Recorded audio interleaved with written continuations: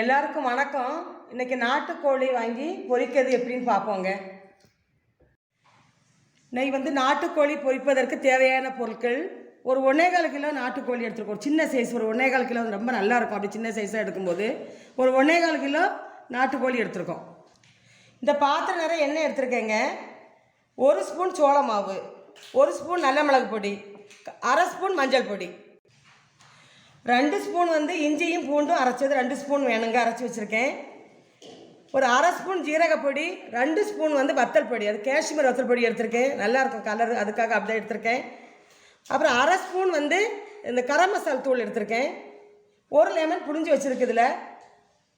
இது 1/2 spoon பெருஞ்சீரகப்பொடி, soap பொடி, ஒரு 2 ஸ்பூன் தயிர், தேவைக்கு உப்பு, கருவேப்பிலை கொஞ்சம் தேவைக்கு எடுத்துருக்கோம். இந்த கோழி பொரிப்பதற்கு மசாலா எடுத்துடலாங்க. 1/2 ஸ்பூன் மஞ்சள் தூள், நல்ல மிளகு பொடி 1 ஸ்பூன் எடுக்கேன், ஜீரகத்தூள் 1/2 ஸ்பூன், சோம்பு 1/2 ஸ்பூன் போடுங்க, கரம் மசாலா தூள் ஒரு 1/2 ஸ்பூன், வத்தல் பொடி ஒரு 2 ஸ்பூன்,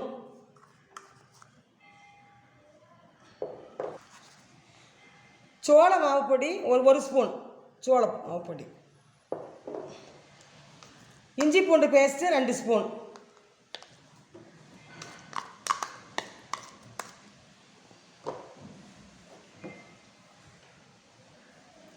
லெமன் நான் ஊற்றிட்டேங்க, புழிஞ்சு வச்சுருந்தேன், அதையும் ஊற்றிட்டேன்.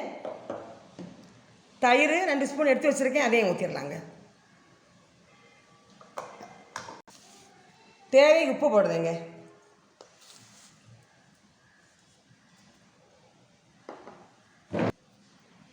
இப்போ எல்லாமே சேர்ந்து மிக்ஸ் பண்ணிடலாங்க. எல்லாத்தையும் போட்டிருக்கோம்ல மசாலு, எல்லாம் மிக்ஸ் பண்ணிடலாம்.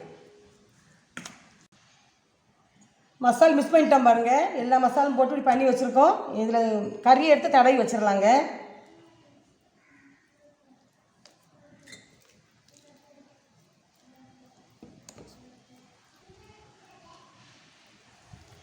மசாலா தடவிடலாங்க. இதில்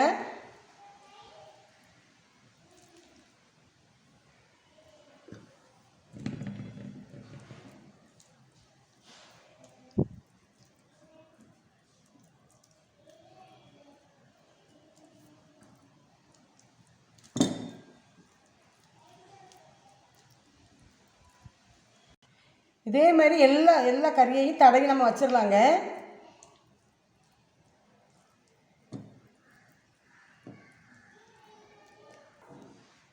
மசாலையெல்லாம் தடவி வச்சுட்டோங்க. மசாலெல்லாம் எல்லா கறியும் தடவி வச்சுட்டோம். ஒரு மணிக்கு ஒரு நேரம் இது இப்படியே வைங்க. ஒரு மூடி போட்டு நீங்கள் ஃப்ரிட்ஜில் கூட வைக்கலாம். 1 மணிக்கு ஒரு நேரம். நான் இப்போ வெளியே தான் வைக்க போகிறேன். வெளியே வைக்கலாம், இல்லை ஃப்ரிட்ஜ்லேயும் வைக்கலாம். ஒரு மூடியை போட்டு அப்படியே ஒரு மணிக்கு ஒரு நேரம் நீங்கள் அப்படியே மூடி வச்சுட்டு நம்ம அதுக்கப்புறமா பொரிப்போம். அந்த உப்பு புளி காரம் எல்லாம் பிடிச்சி இருக்கட்டும், நல்லா இருக்கும் பொரிக்கும் போது. மசாலாம் தடவி வச்சுருந்தோம் இல்லைங்க. 1 மணி நேரம் ஆயிட்டு. இப்போ நம்ம இது எண்ணெயில் போட்டு பொரித்து எடுத்துடலாம்.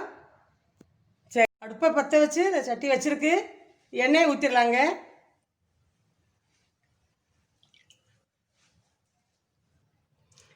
எண்ணெய் காஞ்சிட்டுங்க. நம்ம சிக்கன் எடுத்து போட்டுடலாம்.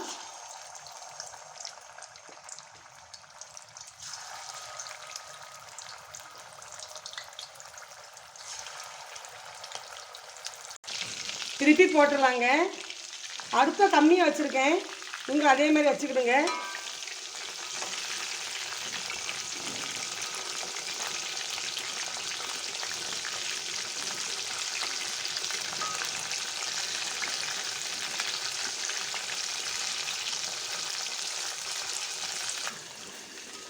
திருப்பி போட்டு நம்ம நல்லா வெந்துட்டு பாருங்கள். இப்படி இருக்கும்போது எடுத்துடலாம். நம்ம ஒரு தட்டில் எடுத்து வச்சுட்டு வேற போடலாங்க.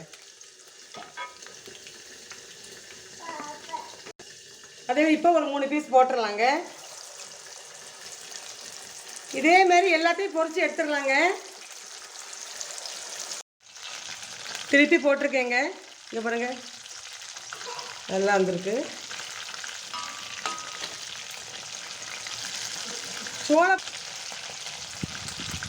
சோளப்பொடியெல்லாம் கொஞ்சம் தான் எடுத்தேன், 1 ஸ்பூன் தான் எடுத்தேன், ரொம்ப போட வேண்டாம். சிக்கன் எல்லாம் பொரித்து எடுத்துட்டோங்க. அந்த எண்ணெயிலேயே இந்த கருவேப்பிலையை நம்ம இப்படி போட்டுடலாங்க.